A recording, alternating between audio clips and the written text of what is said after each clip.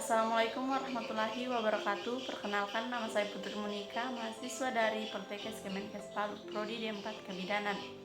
Nah, di sini saya akan menjelaskan langkah-langkah APN. APN atau asuhan persalinan normal adalah asuhan yang bersih dan aman pada persalinan dari kala 1 hingga kala 4. Langkah yang pertama yaitu mengamati tanda dan gejala persalinan kala 2, yaitu dorongan ingin meneran, tekanan pada anus, perineum menonjol, dan vulva membuka, atau biasa disingkat doran, teknus, perjol, dan vulva. Langkah yang kedua yaitu memastikan perlengkapan bahan dan obat-obatan esensial siap digunakan. Hal yang dilakukan seperti mematahkan ampul oksitosin dan menaruh tabung suntik steril ke dalam kartu set. Langkah yang ketiga yaitu menggunakan baju penutup dan celemek plastik yang bersih.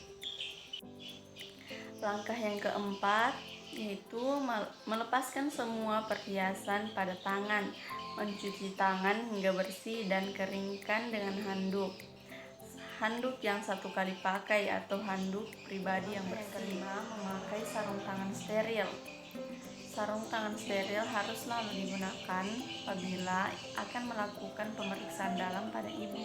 Langkah yang keenam, dengan menggunakan handscoon, mengisap oksitosin 10 unit ke dalam tabung suntik. Yang ketujuh, membersihkan vulva dan perineum ibu menggunakan kasa yang sudah dibasahi dengan air DPT. Bersihkan dari arah depan ke belakang. Buang kasa yang sudah digunakan pada langkah yang kedelapan, melakukan pemeriksaan dalam untuk memastikan pembukaan sudah lengkap. Jika pembukaan sudah lengkap dan selaput ketuban masih utuh, maka lakukan amniotomi. Langkah yang kesembilan yaitu mendekontaminasi sarung tangan yang sudah dipakai dengan cara mencelupkan tangan ke dalam larutan klorin 0,5%. Lalu, lepaskan sarung tangan secara terbalik. Rendam sarung tangan hingga 10 menit. Lalu, mencuci tangan hingga bersih. Ke-10, memeriksa denyut jantung janin saat ibu tidak sedang kontraksi. Batasnya 120 sampai 160 kali per menit. Langkah yang ke-11, memberitahu ibu pembukaan sudah lengkap dan janin dalam kondisi baik. Lalu membantu ibu mencari posisi yang nyaman sesuai dengan keinginan ibu. Langkah ke-12, meminta bantuan pada keluarga ibu untuk menyiapkan posisi ibu pada saat meneran. Pada saat HIS, posisi ibu dalam posisi setengah duduk atau posisi dorsal recumbent. Langkah ke-13 yaitu melakukan pimpinan meneran.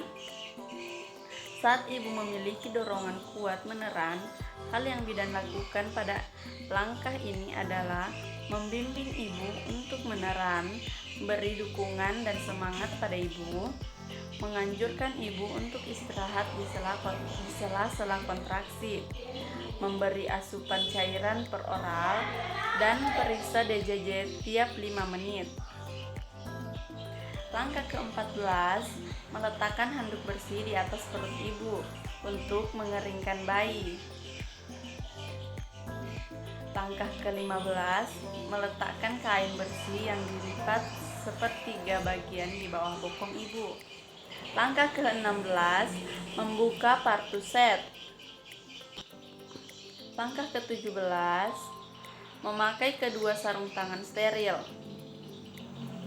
Langkah ke-18 yaitu ketika kepala bayi sudah terlihat 5-6 cm di depan vulva dengan kain yang diletakkan di bokong ibu tadi, lindungi perineum dan tangan yang satu lagi letakkan pada kepala bayi dengan tekanan lembut tanpa menghalangi kepala bayi untuk keluar.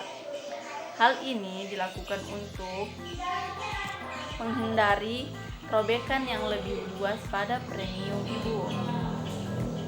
Langkah ke-19, Menyeka wajah bayi yang sudah keluar dengan kain yang bersih.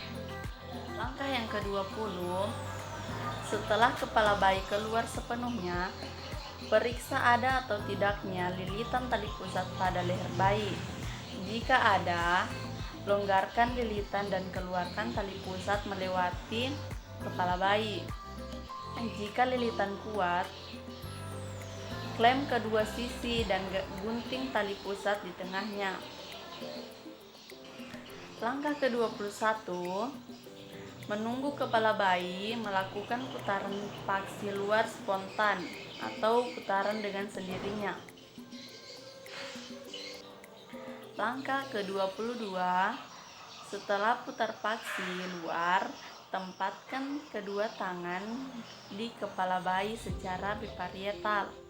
Letakkan tangan kanan di atas kepala bayi atau tulang temporal dan di tangan kiri berada di bawah. Lalu dengan lembut menarik ke bawah untuk melahirkan bahu depan, lalu ke atas untuk melahirkan bahu belakang.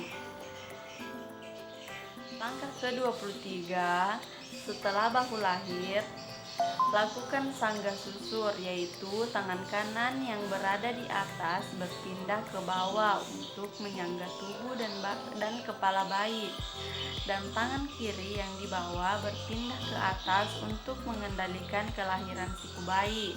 Langkah ke-24, menyusuri tubuh bayi mulai tangan hingga kaki agar saat lahir tidak membuat robekan yang lebih besar. Lalu mengaitkan jari-jari tangan kiri pada kedua kaki bayi.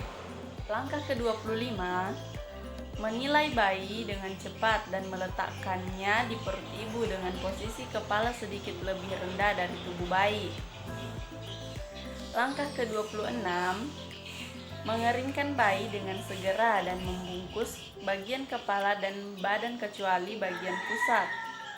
Langkah ke-27, menjepit tali pusat sekitar 3 cm dari pusat bayi, lalu mengurutnya ke arah ibu kira-kira 2 cm dan jepit klem kedua. Langkah ke-28, memotong tali pusat bayi dengan gunting. Dengan cara memegang tali pusat dengan satu tangan sambil melindungi bayi dari gunting. Langkah ke-29, mengganti handuk yang dipakai bayi menggunakan handuk kering yang bersih dan menyelimuti tubuh bayi dengan tujuan agar bayi tetap hangat. Langkah ke-30, memberikan bayi pada ibu dan menganjurkan serta membantu ibu melakukan IMD jika ibu menghendakinya. Ke-31, meletakkan kain bersih di atas perut ibu dan melakukan palpasi pada perut untuk memastikan tidak ada bayi kedua. Langkah ke-32, memberitahu ibu bahwa ibu akan disuntik. Langkah ke-33, menyuntikkan oksitosin dalam waktu 2 menit setelah kelahiran bayi. Langkah ke-34, memindahkan klem tali pusat mendekati vulva ibu. Langkah ke-35, meletakkan satu tangan menggunakan kain yang ada di atas perut ibu untuk melakukan palpasi kontraksi dan tangan yang lain memegang klem tali pusat. 36, menunggu tanda-tanda pelepasan plasenta. Seperti tali pusat memanjang, terdapat kontraksi pada uterus atau uterus globuler, serta terdapat semburan darah yang keluar, lalu melakukan penegangan ke arah bawah, tekan uterus ke arah berlawanan yaitu ke atas dan ke belakang dengan hati-hati. Nah, ini disebut dorsal kranial. Langkah ke-37, meminta ibu untuk meneran sambil menarik tali pusat ke arah bawah dan kemudian ke arah atas sambil meneruskan tekanan berlawanan arah pada uterus. Langkah ke-38, jika plasenta sudah terlihat, Lanjutkan kelahiran plasenta menggunakan tangan dengan cara memutar plasenta dengan hati-hati hingga selaput ketuban terpilin. Dan dengan lembut perlahan melahirkan selaput ketuban tersebut. Langkah ke-39, segera setelah plasenta dan selaput ketuban lahir, melakukan masase uterus dengan cara meletakkan telapak tangan di fundus dan melakukan masase dengan gerakan melingkar hingga kontraksi baik. 40. Memeriksa kelengkapan dan keutuhan plasenta dan selaput ketuban, baik sisi maternal maupun sisi janin, dan meletakkan plasenta dalam plastik atau tempat khususnya. Langkah ke-41, memeriksa ada tidaknya laserasi atau robekan jalan lahir pada perineum dan vagina. Langkah ke-42, memastikan uterus berkontaminasi dengan baik dan mengevaluasi darah yang keluar. Langkah ke-43, mencelupkan kedua tangan yang memakai sarung tangan ke dalam larutan klorin 0,5%. Membilas kedua tangan yang masih bersarung tangan tersebut dengan air DTT dan mengeringkannya dengan kain yang bersih.